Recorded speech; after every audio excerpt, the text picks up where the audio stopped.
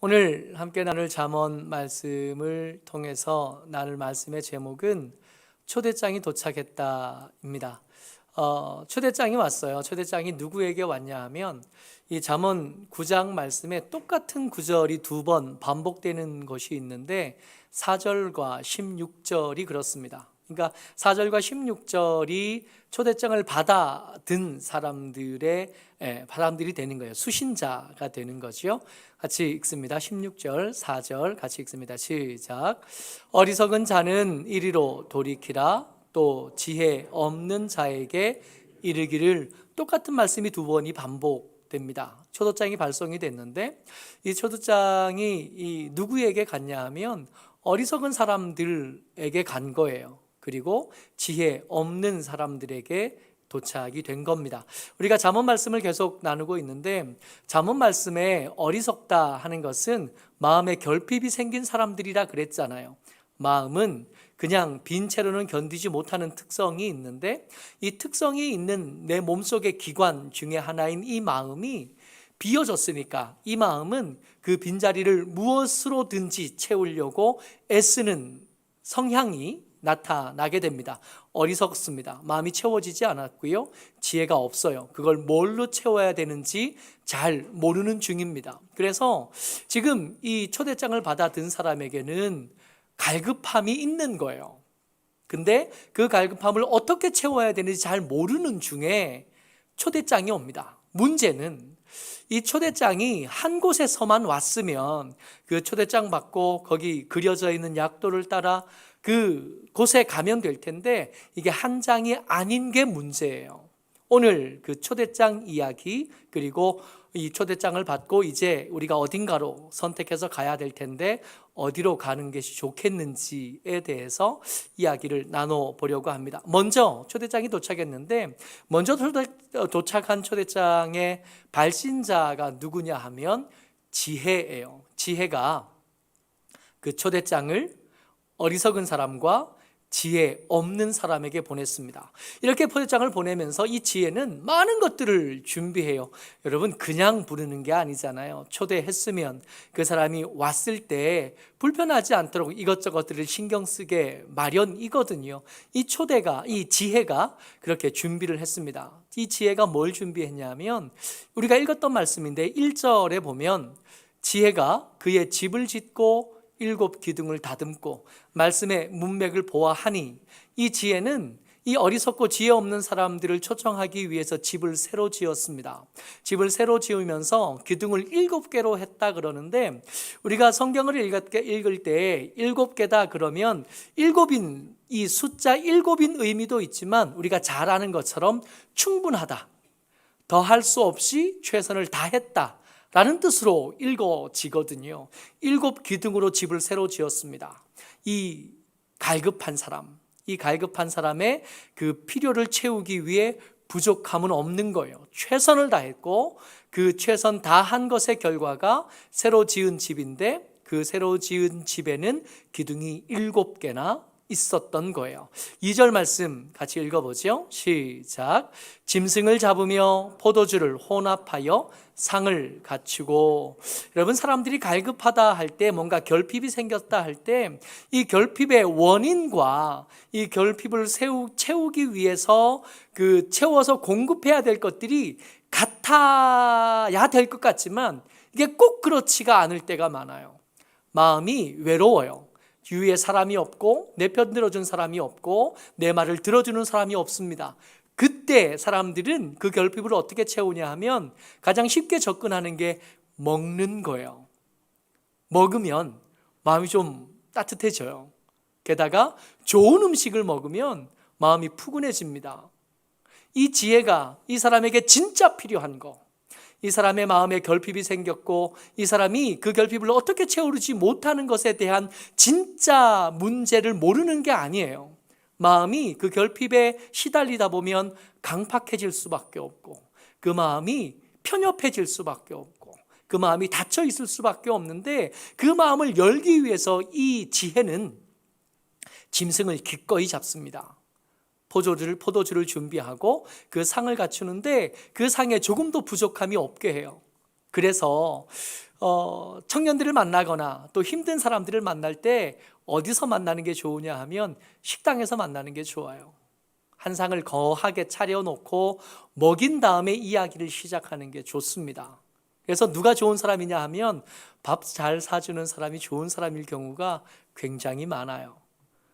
저한테 밥 사달라는 얘기는 아니고 참고하시라고, 저 그거 좋아한다고 이렇게 말씀드리는 거예요. 밥 사주는 사람들이 참 좋아요. 근데 요즘 참 아쉽죠. 같이 밥 먹는 게 불편한 시대가 됐으니까 이게 참 아쉬워요. 이게 쉽거든요. 밥 사주면서 이야기하는 게 더 쉽고 더 잘 이야기를 나누고 위로할 수 있는 방법이 되는데 이게 불편해졌으니까 참 안 좋아요. 3절 말씀 봅니다. 자기의 여종을 보내어 성중 높은 곳에서 불러 이르기를, 게다가 이 지혜는 최선의 것으로 준비한 새로 지은 집에 그것에 풍성하고 아름답게 차려진 상까지 채워놓고도 왔으면, 한 사람이라도 여기 왔으면 누구도 이 잔치 자리에 이 위로를 채울 수 있고 이 결핍을 채울 수 있는 이 자리에서 한 사람도 낙오하지 않기를 바라요. 그러다 보니까 마음이 조급해집니다. 혹시 우리가 보낸 이 초대장이 제대로 도착하지 않았을까 봐 걱정이 돼요. 제대로 이 소식을 듣지 못해서 거기 이 자리에 오지 못할까 봐 걱정이 됩니다. 그래서 직접 나가기도 하지만 자기의 여종을 보내서 성중 높은 곳에, 여기서 성중 높은 곳에서는 모든 사람들이 보지 않을 수 없는 것, 모든 사람들이 귀를 기울이면 다 들을 수 있는 것, 어떤 사람도 이것을 못 듣기는 쉽지 않고 어떤 사람도 이 소식을 듣지 못하기는 쉽지 않아요. 할 수만 있으면 이 지혜는 모든 사람들, 결핍이 있는 모든 사람들, 그 결핍을 어떻게 채워야 되는지 모르는 그 지혜 없는 사람들이 여기 와서 먹었으면 좋겠고, 그 먹는 중에 마음이 시원해졌으면 좋겠고, 그리고 무엇보다 그 마음 깊은 곳에 있는 가장 중요한 의도는 6절은 같이 읽습니다. 시작. 어리석음을 버리고 생명을 얻으라. 명철의 길을 행하라 하느니라. 그들의 결핍을 근본적으로 치료할 수 있는 생명이 그 속에 자리 잡기를. 여러분, 살아있는 그 생명이 마음속에 자리 잡기 전에는 그 마음은 채워지지 않는 법이거든요. 세상에 전부를 갖다 넣을 능력도 없지만 혹시 어떤 능력 있는 사람이 세상의 전부를 그 마음에 다 넣는다고 해도 그 마음은 우주보다 커요. 왜냐하면 원래 그 마음은 하나님이 당신의 자리로 점찍어 놓으신 거기 때문에, 하나님이 거기 계시려고 만든 자리니까, 우주보다 크신 하나님이 거기 계셔야 되니까 그게 종지만 할 리가 없는 거예요. 생명이 그 가운데 계셔야 마음이 비로소 결핍에서 헤어나올 수 있는데, 음식으로 그들을 유혹하고 좋은 집으로 그들을 이끌었다면 그곳에 와서 음식을 먹으면서 마음이 푸근해지고 그 새 집에 와서 마음이 편안해지면서 그 속에 생명이 깃들게 되기를 간절히 바라는 거예요. 숨겨진 의도가 없습니다. 가려놓고 덮어놓고 겉으로만 이렇게 보여지고 나중에 깜짝 놀라게 할 만한 그런 의도가 없어요. 놓은 사람 누구든지 그 속에서 생명을 얻었으면 좋겠고, 다시는 어떻게 해야 이 삶을 제대로 살아갈 수 있겠는지에 대해서 무식하지 않기를 바라는 거예요. 초대장이 2개가 왔다 그랬잖아요. 첫 번째 초대장은 지혜가 보낸 거고, 두 번째 초대장은 미련한 여자가 보낸 초대장입니다. 여러분, 미련한 여자도 나름 뭔가를 준비했어야 되는데, 신기하게 이 사람의 이야기를 잠언이 기록하면서 이 사람을 어떻게 표현하냐 하면 13절 말씀에 보면, 미련한 여인이 떠들며 어리석어서 아무것도 알지 못하고 라고, 이게 미련한 여자의 초대장을 첫 마디를 이렇게 써놓는 거예요. 떠들어요. 뭔가 말은 많이 해. 뭔가 그 속에 가면 대단한 것이 있을 것처럼 여겨졌어요. 굉장히 시끄러운 소리로 들렸고, 굉장히 요란한 소리로 들렸고, 굉장히 큰 소리로 들렸는데 그 소리가 어리석습니다. 무슨 뜻이냐 하면, 어리석은 사람이 지금 마음이 부족해서 결핍이 생겼다 그랬잖아요. 이 여인도 그렇게 처지가 다르지 않아요. 처지가 다르지 않은 주제에 사람들을 불러 모으는 겁니다. 기가 막힌 건 14절에 같이 읽습니다. 시작. 자기 집 문에 앉으며 성읍 높은 곳에 있는 자리에 앉아서.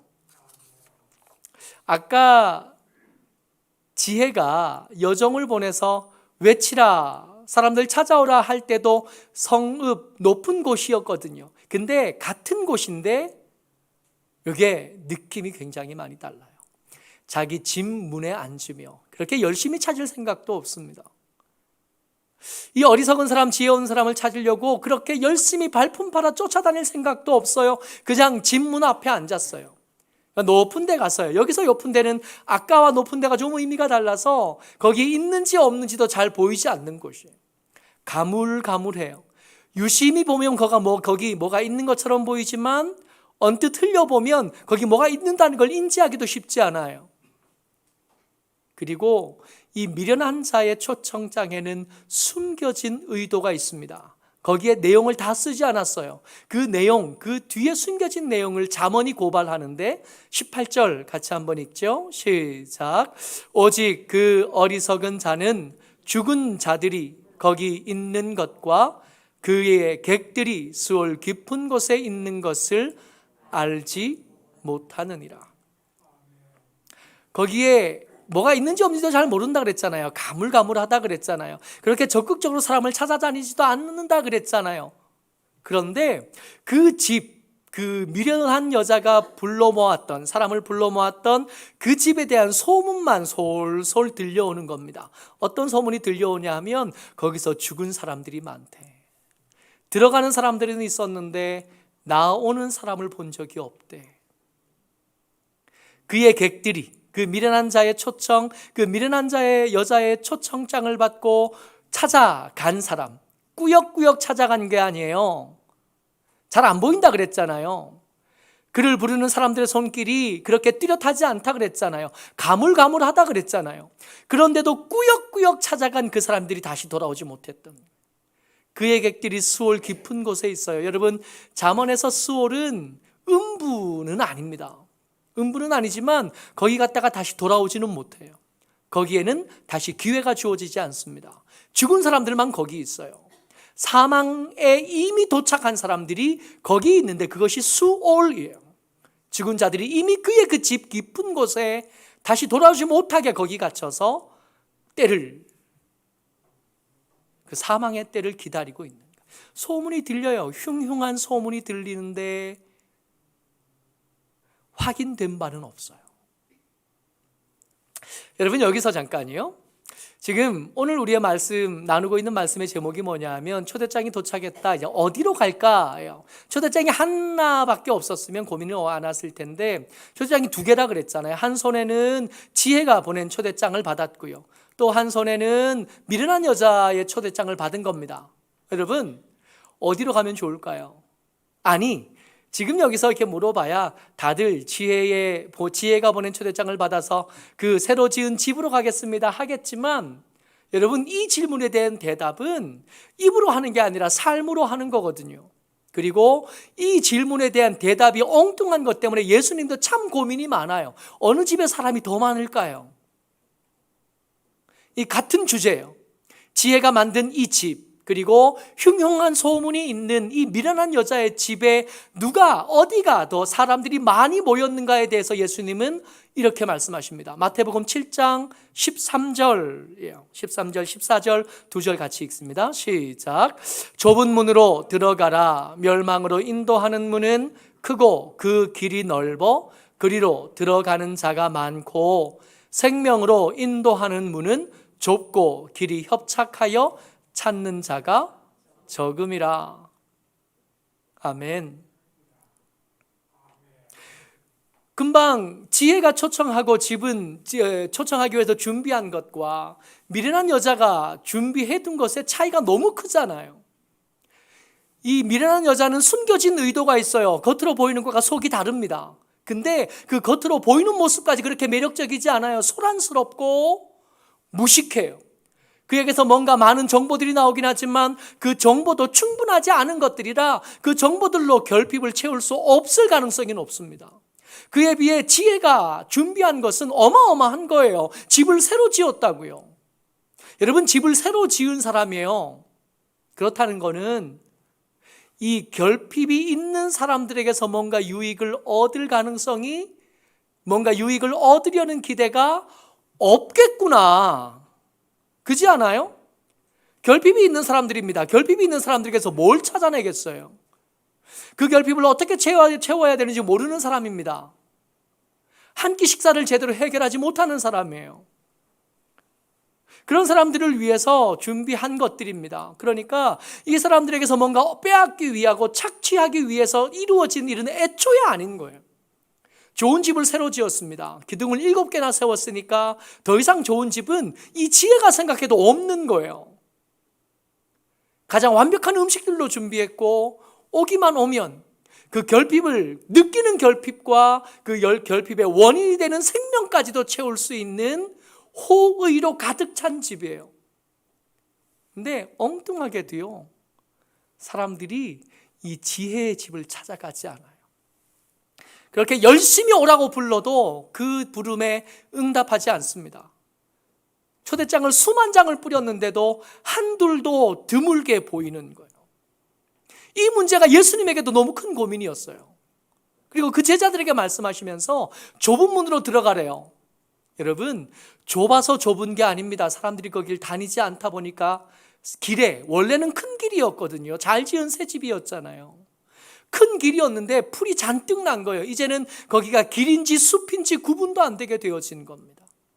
여기가 좁은 문은 구조적으로 좁은 게 아니라 사람들이 가지 않아서 길 아닌 것처럼 보이기 때문에 좁은 문처럼 보이는 거예요. 여러분, 사람들이 많이 찾아가는 넓은 문이요, 이게 넓어서 넓은 게 아니에요. 제대로 부르지도 않았잖아요. 집 문 앞에서 불렀고 높은 곳에서 불렀는데 그 높은 곳이, 거기가 누가 부르긴 부르는데 그 소리가 명확하게 들리지 않는 거야. 꾸역꾸역 찾아갔는데 그 꾸역꾸역 찾아가는 사람이 많은 거예요. 도대체 왜 그럴까요? 왜 누가 생각해도 더 좋은 것 같은 이 지혜의 집에 안 가고, 별로 안 좋은데 거기 흉흉한 소문도 있는데 왜 미련한 여자의 집으로 사람들이 많이 찾아가는 걸까요? 여러분, 기가 막힌 거 아세요? 17절 말씀 같이 읽습니다. 시작. 도둑질한 물이 달고 몰래 먹는 떡이 맛이 있다 하는도다. 여러분, 미련한 여자가 그 큰 소리로 떠들면서 하는 말이 뭐였는지 아세요? 도둑질한 물이 맛있대요. 몰래 먹는 떡이 그렇게 맛있대요. 이렇게 살다가 어리석어졌고, 이렇게 살다가 삶에 결핍이 생겼는데, 그 잘못 살아가다가 결핍이 생긴 건데, 그 잘못된 삶을 지적하는 소리가 듣기 싫은 겁니다. 그저 내가 하는 일이 잘한 거라고 말해주기를 기대하는 거예요.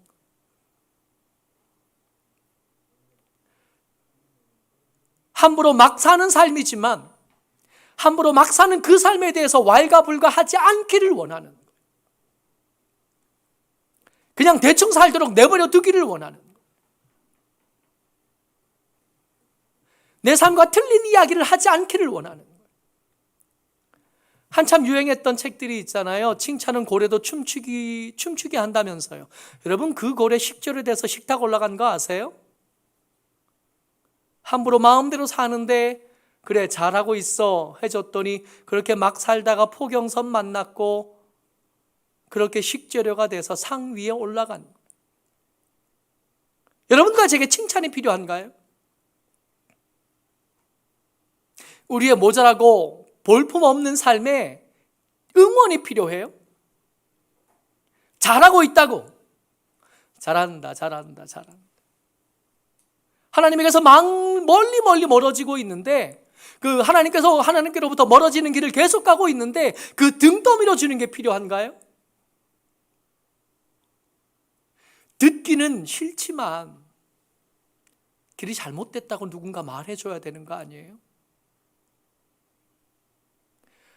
마음은 쓰리고 아프지만 그럼에도 불구하고 잘못됐다고 멈춰야 된다고 말해주는 누군가가 필요한 거 아니에요? 그 길로 계속 가다 보면 결핍은 점점 더 커질 테고 그 갈급함은 점점 더 심각해질 텐데, 그렇든 말든 그저 잘한다고, 잘했다고 그렇게 말해주기만 사람들이 기대한다는 겁니다. 거기 먹을 것도 없고 그게 새 집도 아니고 거기 충분하지도 않지만 이 미련한 여자가 도둑질한 물, 그거 달다, 내가 그 맛을 알지.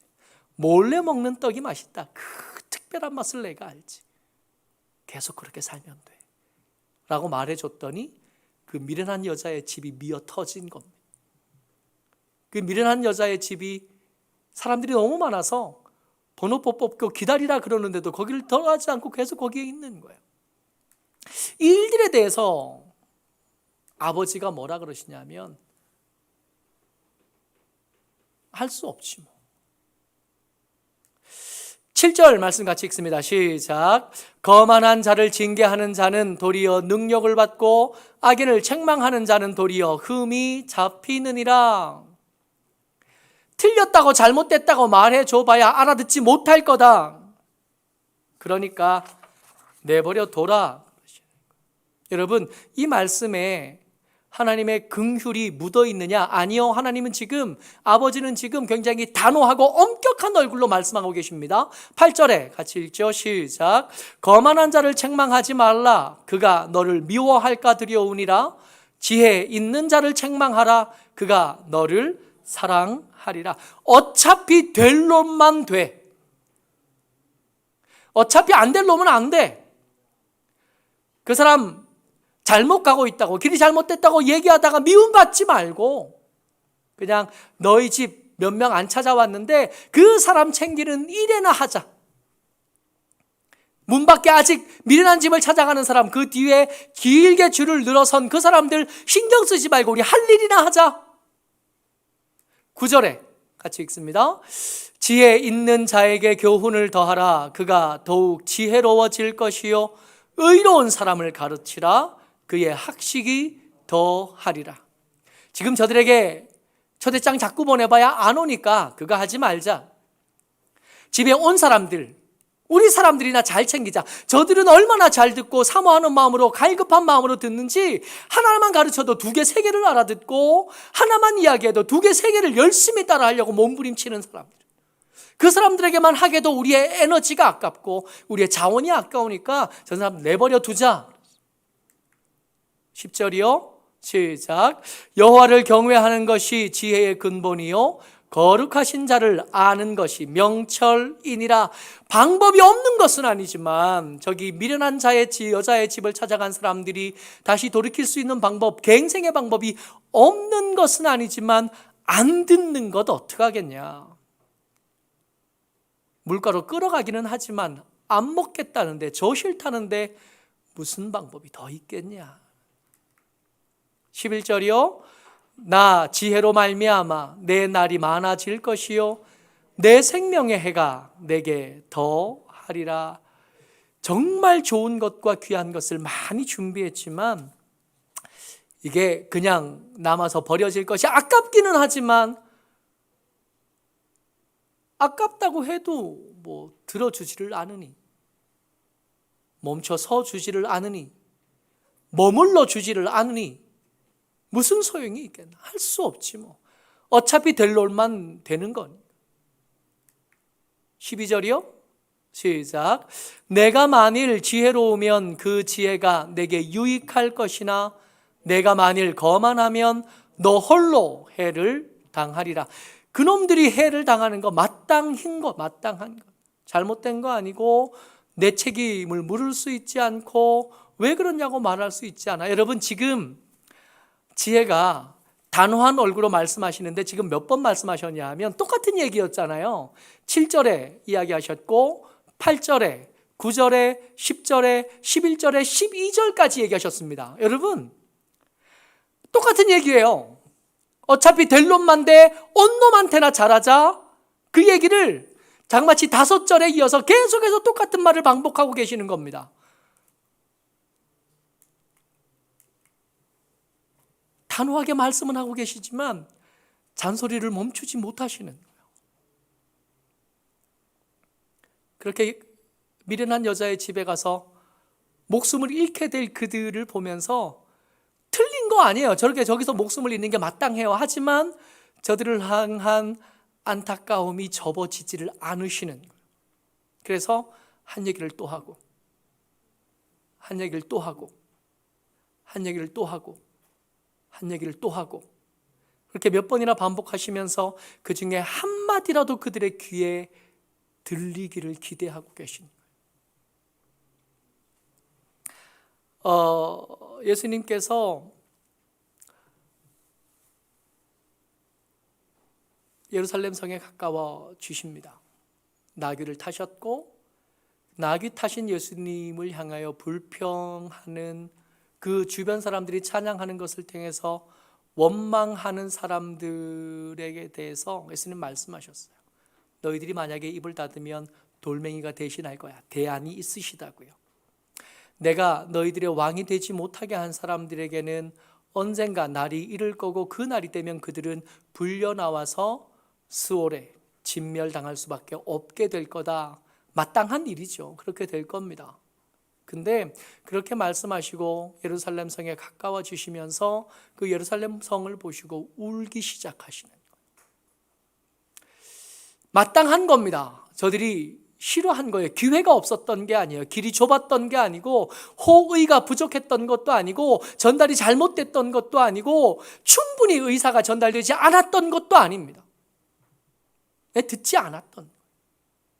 기회가 많았지만 그 기회를 잡지 않았던 거예요. 그래서 저들이 당하는 죽음, 저들이 당하는 사망은 마땅한 겁니다. 이론의 여지가 없어요. 그러나 그렇게 해놓고도 예수님은 눈물을 멈추실 수가 없는 거예요. 통곡을 하시는 거예요. 넋을 놓고 엉덩이를 깔고 앉아서 우시는 겁니다. 그 우시면서 하시는 말씀이 누가복음 19장 42절이에요. 같이 읽습니다. 시작. 너도 오늘 평화에 관한 일을 알았더라면 좋을 뻔하였거니와 지금 내 눈에 숨겨졌도다. 예수님이 이렇게 말씀하시지만 사실은 숨겨진 게 아니에요. 보지 않으려고 악다구니를 쓰는 겁니다. 듣지 않으려고 악다구니를 쓰는 거예요. 사람들 모두가 알 만큼 큰 소리를 내시면서 그들의 왕이신 예수님께서 찾아오고 있는데도 거절하고 있는 거고, 보지 않기로 작정을 한 것처럼, 귀를 막고 듣지 않으려고 작정을 한 것처럼 그러고 있는 겁니다. 저들이 당할 사망이야 마땅하지만 우시는 예수님 어떡할 거예요? 언제까지 예수님 계속 그 앞에서 울고 계셔야만 하는가 말입니다. 여러분들과 제게도 똑같이 초청장은 2개씩 와 있을 겁니다. 한 손에 지혜가 보낸 초대장이에요. 그 초대장 안에 준비한 것들이 목록이 끝도 보이지 않을 만큼 가득 써져 있어요. 미련한 여자가 보낸 초대장도 있을 겁니다. 거기에 별로 대단한 거 써 있지 않아요. 다만 잘하고 있다고, 잘못 살지 않았다고, 지금처럼 계속 살면 된다고, 어디를 갈 건지, 어느 집으로 갈 건지는 말로 대답하는 게 아니라 삶으로 대답하는 겁니다. 모쪼록 저와 여러분들이 한 명도 이 미련한 여자의 집 잘 보이지도 않고 길도 어스름한 그곳 찾아갈 것 아니라, 지혜, 그 간절한 목소리로 부르는 그 지혜의 말을 듣고 아멘하여 지혜의 집에서 그 준비된 음식을 먹고 그 준비된 복을 누리는 저와 여러분 되시기를 주의 이름으로 축복합니다. 아멘.